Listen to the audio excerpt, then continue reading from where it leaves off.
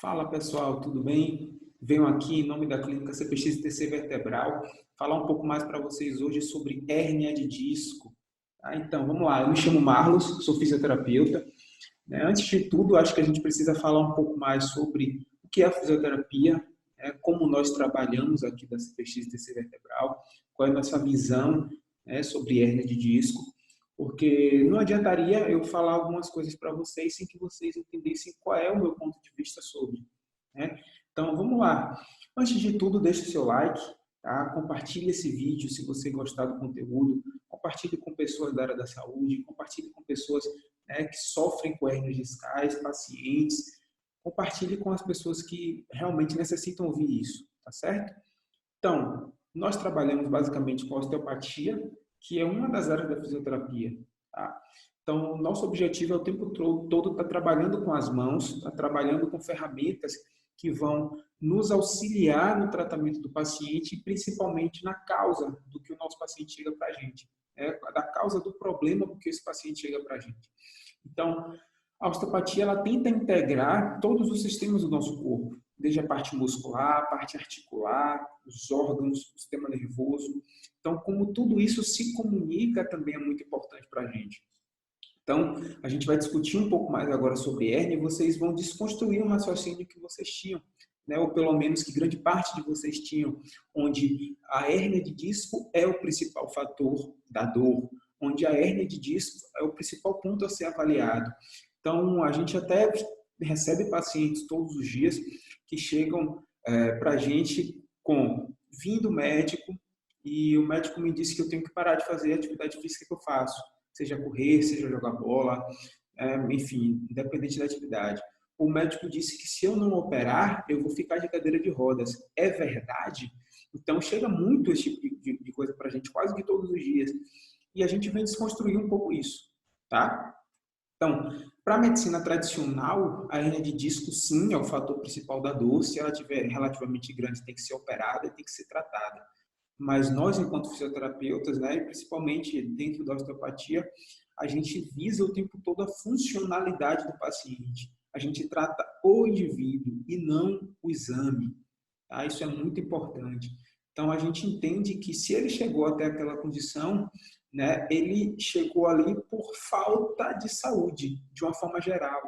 Tá? Então, para que qualquer doença se instale no nosso corpo, seja uma hérnia, seja qualquer doença física, metabólica, enfim, a gente desenvolve, ou as pessoas desenvolvem essas doenças por perda de saúde. Então, o primeiro passo, talvez, para a gente começar o tratamento de hérnia de disco ou de qualquer outra condição, é melhorar a saúde. E a gente entra em uma das leis da osteopatia, que é a autocura. O corpo tem a capacidade de se curar. Então, se a gente der os nutrientes certos, se a gente der o estímulo de atividade correto, se a gente der o estímulo de tratamento, as técnicas empregadas corretamente, a tendência é que aquele corpo comece a responder. E é isso que a gente vai ver a partir de agora. Vamos lá.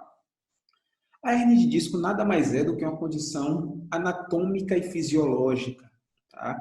Então, eu vou ter hérnia de disco, você que está me assistindo certamente já tem ou terá hérnia de disco. Isso não sou eu que estou falando, não é fisioterapia que está falando, não é medicina, não é ninguém. São estudos científicos, tá? Estudos que pegam ali uma população de uma forma geral e fazem exames nessas populações. E aí vem que das 100% das pessoas testadas, 80% delas já tinham algum nível de hérnia. Tá? Pessoas de 25 a 35 anos, pelo menos 30% já têm algum nível de hérnia. Ou seja, quase todo mundo tem algum nível de hérnia, porque é como eu falo, nós nascemos como uma espécie de um tênis, de um sapato novo. Vamos imaginar assim. E aí, esse sapato novo, ele não tem nenhuma alteração, ele não tem nenhum dano, ele não tem nenhum desgaste. Só que nós crescemos, desde a infância a gente vem em evolução, adolescência, fase adulta, e todo esse processo está havendo desgaste, está havendo sobrecarga. Então, se você faz muita atividade física, você pode sim acelerar o processo de algum desgaste, como uma hérnia, como uma artrose, que é um desgaste articular. Mas se você não faz nada, essa velocidade é 10 vezes maior. Tá? Então, essa é uma dúvida. Eu devo parar a atividade ou eu devo continuar? Se eu fizer, eu tenho. Se eu não fizer, eu também tenho. Como eu devo prosseguir? É o que eu sempre falo, o equilíbrio é o que deve ser empregado, o equilíbrio é o que a gente tem que ser levado em consideração, na verdade, né? Então, a hérnia discal é uma condição fisiológica, é uma condição normal, onde todos teremos, assim como as artroses, são desgastes articulares que é inerentes do ser humano, tá? Então, isso significa dizer que todo mundo vai ter dor? Negativo. Não. Não deve se ter dor, na verdade. Tá? Então, vários estudos vêm mostrando para a gente, inclusive, né, que várias pessoas que têm hérnias são assintomáticas. Então, talvez hoje, por conta do Covid, né, todo mundo tem falado de pessoas sintomáticas, pessoas assintomáticas ou não sintomáticas, né, que seriam sinônimos. Então, existem pessoas que têm hérnias, pessoas que têm degenerações na coluna e não têm sintoma absolutamente nenhum, tá? E aí a gente para pensar e ver, poxa, então será que a hérnia de disco que é a principal culpada? Será que a hérnia que está causando essa dor? A conclusão da maior parte das vezes é não, não é essa hérnia. Porque, pensa comigo, chega para a gente muitas vezes um paciente ao consultório, né, até a clínica, e esse paciente tem, sei lá, 30 anos de idade. E ele nunca teve dor. Ou ele teve dores, de vez em quando a lombar estava desconfortada, quando fazia um exercício errado, alguma coisa pontual, mecânica. E aí aos 30 anos ele tem uma crise. 30, 40, seja lá que idade for. Ele tem uma crise. O caminho que a maioria das pessoas optam por fazer é ir ao médico primeiro. Né? Não está errado, mas o fisioterapeuta também é um profissional de primeiro contato. Ou seja, você pode ir direto a um fisioterapeuta, sem passar para o médico. Se o fisioterapeuta achar necessário pedir um exame de imagem, né, solicitar um exame, até um exame laboratorial, o fisioterapeuta tem autonomia de fazer isso. Ou ele pode te encaminhar para o médico, se assim ele achar necessário. Tá? Mas ele sim pode ser procurado como um profissional de primeiro contato. E aí, o médico, a pessoa chega até o médico, né, e o médico ele solicita exame de imagem, geralmente. E na imagem descobre-se hérnia discal, por exemplo, né, o que acontece aí com muita frequência. E aí o médico diz, pronto, essa é a causa do problema, achamos, está vendo aqui essa hérnia? Ela está fazendo isso, isso e isso. Só que aquela hérnia, ela não surgiu, né, ela não surgiu, na verdade, da noite para o dia. Ela não se desenvolveu da noite para o dia. Né? Aquela hérnia já está ali com ele, muito provavelmente, há muitos anos. Né? E, por algum motivo, ou motivo de sobrecarga, ou algum motivo que seja até outro que não a hérnia, desencadeou um processo de dor. E, por um acaso, fez-se uma imagem e descobriu lá a hérnia. Mas se ele fizesse aquela imagem há uma semana atrás, antes da crise, a hérnia também estaria lá. E ele não teria dor absolutamente nenhuma. Tá? Então, vou compartilhar com vocês agora alguns slides, só para que vocês acompanhem de uma forma mais visual, né, e consiga entender um pouquinho esse processo que eu estou falando. Então, vamos lá. Basicamente, para que o processo de hérnia ela aconteça, para que a gente tenha uma hérnia, para que a gente tenha um bico de papagaio, que são os osteófitos, uma artrose facetária, né, uma espondilodiscoartrose, qualquer condição degenerativa, a gente precisa de excesso de movimento, hipermobilidade.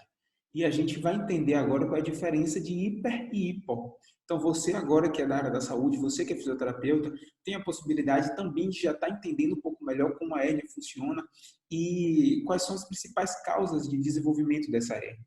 Tá? E você que é paciente vai entender como é que o seu corpo funciona. Né? Eu sempre falo, se você não sabe onde você quer chegar, qualquer lugar serve. Ou se você não sabe o que está procurando, não vai saber quando encontrar. Então, se você não entende muito bem o que é a hérnia, tudo que acontecer, você vai achar que é a hérnia. Tá? Ou tudo que acontecer em seu corpo, qualquer resposta que você tiver dolorosa, desconforto, você vai dizer, poxa, será que é a hérnia? Você fica perdido. Então, a minha ideia aqui é te mostrar esses conceitos para que você entenda, poxa, minha lombar é o problema. Minha lombar tem a sobrecarga. Mas por que a minha lombar tem a sobrecarga? Porque alguma outra zona, algum outro ponto da minha coluna não está se movimentando bem. Poxa, então eu preciso movimentar melhor essa zona para diminuir a sobrecarga na lombar. Correto. Então aí você já tem estratégias para se autotratar, inclusive, né? Ou para diminuir o desconforto, para fazer estratégias em casa também, né? Em paralelo ao tratamento. Então, basicamente, a gente vai ter todas as nossas vértebras, né, falando específico da coluna, isso vai funcionar para o corpo todo, mas especificamente na coluna, as vértebras elas precisam se movimentar de forma simultânea. Então, a gente precisa, um exemplo aqui, né, de flexão de coluna, né, de dobrar a coluna para frente, que vamos imaginar que aqui são várias vértebras, né? Então, cada uma dessas vértebras necessita de mobilidade, necessita de movimentação. Então, anatomicamente, a região torácica, né, o gradil costal, onde tem as costelas, e a pelve, né, a bacia, são zonas já bloqueadas, já restritas, já com menos mobilidade. Tá? Por quê? Porque são zonas que protegem órgãos muito importantes, como o coração, o pulmão, né? Toda a região pélvica, que para fisiologia humana é muito importante, que é a parte de reprodução. Né? Então, o corpo protege aquilo dali com arcabouço costal, com uma capacidade, né? Um tamanho ósseo maior, e aquilo ali acaba sendo uma zona mais bloqueada, mais restrita, com menos mobilidade. Isso faz com que a cervical e a lombar tenha mais movimentação, né? Se movimente um pouco mais. Então, anatomicamente falando, a cervical e a lombar já tem mais mobilidade. Então, quantas vezes vocês viram pessoas com hérnias torácicas? É muito raro. Então, a gente só vê hérnia cervical e hérnia lombar. Por quê? Porque são zonas que já se movimentam mais. E aí, se houver qualquer tipo de bloqueio, de fixação maior na região torácica, na região pélvica, sacra, essa sobrecarga na lombar e na cervical ela aumenta. Então, causas como contraturas, tensões musculares, queda sentado, que já aconteceram às vezes na infância. Então, todos os traumas, todas as quedas, né, todos os movimentos, entre aspas, né, errados ou mal realizados que geram aquela fisgada, aquele bloqueio, aquela contratura, aquela tensão, seja no dia a dia, seja na prática esportiva, aquilo vai gerar, de alguma forma, uma adaptação, uma compensação do seu corpo. Então, seu corpo fez um movimento equivocado, ou enfim, um movimento mal realizado, ele travou ali. Só que você não vai andar torto, você não vai andar com a perna mais torta que a outra, você não vai andar com a cabeça assim. Então, naturalmente, o seu corpo se adapta para aquela condição, tá? Para te devolver a função. Só que nessa adaptação, ele gera uma série de sobrecargas, que isso muitas vezes demoram dias, meses, anos, para que se desenvolva, starte o processo de dor. E aí, essa adaptação geralmente vai ser responsável por aumentar o movimento de uma zona, e essa zona com movimento aumentado vai trabalhar dobrado, vai trabalhar sobrecarregada. Então, quem trabalha mais, se desgasta mais, atrita mais, tem mais força de cisalhamento, que seria o nome certo. Então, trabalha de forma disfuncional. E aí aparece a hérnia. E é exatamente isso que a gente tem aqui. A região torácica é a região lombar, a região torácica, na verdade, é a região sacral, né, pélvica mais bloqueada. Isso faz com que a sua lombar, nesse caso, fique com hipermobilidade, excesso de movimento para compensar. E esse excesso de movimento gera um processo pode gerar uma hérnia, pode gerar um osteófito, que é o bico de papagaio, pode gerar uma artrose, pode gerar inúmeras condições, tá? E aí a gente vai ter no meio da coluna, né, dentro da própria coluna, essa estrutura chamada de disco intervertebral. E esse disco, no meio dele, vai ter uma estrutura chamada de núcleo pulposo. E esse núcleo pulposo é uma substância gelatinosa e ele tem a função ali de amortecer, né, como se fosse uma bola de gelatina no meio da coluna para se adaptar, amortecer, facilitar a movimentação. E o disco tem a função de limitar também parte desse movimento, para que não seja algo totalmente solto, né?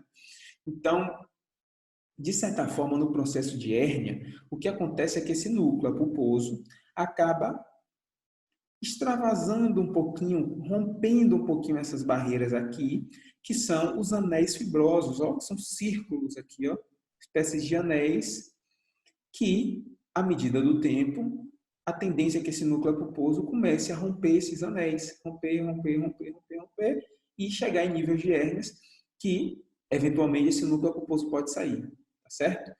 E aí nós temos aqui a classificação para que vocês entendam como é que é denominado cada tipo de hérnia. Quando você pega seu exame que tem lá degeneração discal, que tem lá abaulamento, protrusão, então a gente às vezes se assusta com esses termos, é natural, tá? Mas agora a gente vai entender. Então, quando vocês verem lá degeneração discal ou abaulamento, algumas vezes vai vir com essa terminologia, significa apenas que esse núcleo pulposo rompeu um pouquinho algumas camadas internas desse anel fibroso, tá? O prolapso, que seria também chamado de protrusão por algumas literaturas, é quando ele extravasa um pouquinho mais, quando ele rompe um pouquinho mais de anéis, alguns anéis a mais. E essas duas condições geralmente são assintomáticas. Elas não geram dor, porque a parte interna desses anéis fibrosos, de dentro, né, elas não recebem nem nervo, nem vaso. Então, ela não é vascularizada e nem nervada. Resumindo, para que a gente sinta dor, a gente precisa que um nervo. Na verdade, tem várias teorias para que a gente sinta dor, mas nesse caso de origem mecânica, a gente precisaria de um estímulo, de um trauma, de algo irritando, mas a gente precisaria de uma estrutura chamada de nociceptor, né, que são neurônios que estão ali basicamente para perceber o estímulo de dor. E esses nociceptores iriam conduzir esse estímulo de dor até o sistema nervoso central, para que isso fosse interpretado, certo? Só que como isso vai acontecer se essa parte mais interna não recebe nervo? E esses receptores e parte desses neurônios são ramificações neurais. Então, não tem como uma alteração aqui internamente gerar algum processo de dor. Tá? Já essas duas outras condições é bem possível que gere, tá? Mas, sim, muita gente chega para a gente com essas condições e pouquíssima dor, e com essas condições e muita dor. Como eu falei, nem sempre isso aqui é a causa do problema.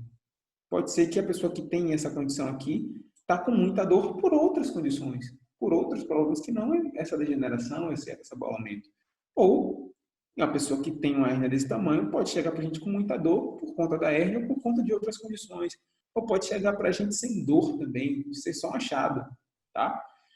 Os estudos mostram para a gente que quanto maior a hérnia, mais ela é absorvida. Então, sim, é possível que uma hérnia de disco e que um sequestro, né, uma hérnia sequestrada, uma hérnia extrusa, ela seja absorvida, ela entre de volta, esse núcleo pulposo entre de volta para o disco. É possível que isso aconteça sim, tá? Então, muitos pacientes fazem o exame, chegam para a gente com os exames, a gente trata e no final do tratamento, simplesmente a hérnia ou desapareceu, ou a hérnia diminuiu, ou muitas vezes essa hérnia ela continua lá, mas sem gerar problema, que é o mais importante. Tá? E aí, o que é que a gente pode ter de sintomas associados à hérnia de disco? Dificilmente uma hérnia de disco vai gerar apenas dor lombar. Tá? Então, para que a gente tenha o diagnóstico de hérnia de disco clinicamente, de uma forma precisa, os principais sintomas são irradiações, ou para a região glútea, ou para a posterior de coxa, ou para a lateral da coxa, né? Ou irradiações que vão até o pé, formigamentos, perda de força, tá? Alterações de sensibilidade, então às vezes você sente que está quente, que está frio, que está coçando, né? Que está espetando, então que está queimando, são alterações de sensibilidade. Não necessariamente está queimando, não necessariamente está espetando, mas a sua percepção é que aquilo está acontecendo. E isso, né, essas são condições associadas a uma hérnia de disco. Mas, se você tem dor lombar, né, e aí você pensa, poxa, eu estou com uma dor lombar muito forte, será que eu tenho uma hérnia? É possível que você encontre alguma no exame, mas não necessariamente é ela que está causando aquela dor lombar. É muito pouco provável que seja, pelo menos. Entendido? Então, a minha ideia era realmente esclarecer um pouco mais para vocês sobre hérnia discal, era fazer com que vocês entendessem um pouco mais quais são os motivos que a hérnia se causa, né, que uma hérnia se desenvolve. Né? Então, a gente já entendeu que a gente precisa de zonas presas para que uma zona se adapte ali, fique com excesso de movimento. E aquela zona que está com excesso de movimento, por trabalhar dobrado ou por trabalhar triplicado por muitos anos, vai ter algum processo de sobrecarga. E essa sobrecarga pode desenvolver uma hérnia ou alguma outra condição. Então, a gente já entende isso. A gente já sabe quais são os sintomas associados a uma hérnia, geralmente, né? Os principais, né? Mas casos mais graves, pacientes podem perder urina, podem perder fezes, podem ter dores irradiadas para a região abdominal, dor em cela, que a gente chama, que é aquela dor que vem abraçando a região da virilha. São outros sintomas também relacionados a hérnias, mas sintomas talvez um pouco mais graves, tá? Mas que não significa que não tem tratamento também, tá certo? Então, só o que eu quero deixar para vocês é: hérnia de disco tem cura, hérnia de disco tem tratamento, tá? E só 3 a 5% dos casos são operáveis, então, pequenos, muito pequenos, né? São casos muito específicos que tem que ter quase que todos esses sintomas que eu falei associados, né? Mesmo assim, eu optaria por tratar conservador primeiro, tentar, né, para ver o que é que a gente ganha, né, para ver se realmente é necessário uma cirurgia. Então, se o médico disser para você, poxa, o seu caso é cirúrgico, mas você tem dor em cela, você perde urina, você perde fezes, você tem perda de força na perna, não consegue mexer o pé, não consegue mexer a perna? Não, só tem uma dor lombar e às vezes irradia, né? Irradiação, queimação, tá? Então, dificilmente isso será cirúrgico. Ou não tenho radiação, só tenho muita dor lombar, né? Alguma radiação ali para a região glútea, menos ainda, tá? Ou o médico me proibiu de fazer uma atividade física, isso é verdade? Não, tá? Isso que está falando também não sou eu, não é minha opinião. Na verdade, é minha opinião baseada em estudo científico. Tá? Eu posso até colocar os estudos aqui na descrição do vídeo, né? Ou no grupo do Telegram, no grupo de WhatsApp. Todos os nossos contatos vão estar aqui também na descrição. Então, vários estudos mostram que parte do tratamento da dor crônica, ou que talvez 70% do tratamento de dor crônica é atividade física, tá? É exercício resistido, exercício de força de musculação, caminhada aeróbico também ajuda, é exercício, é movimentar.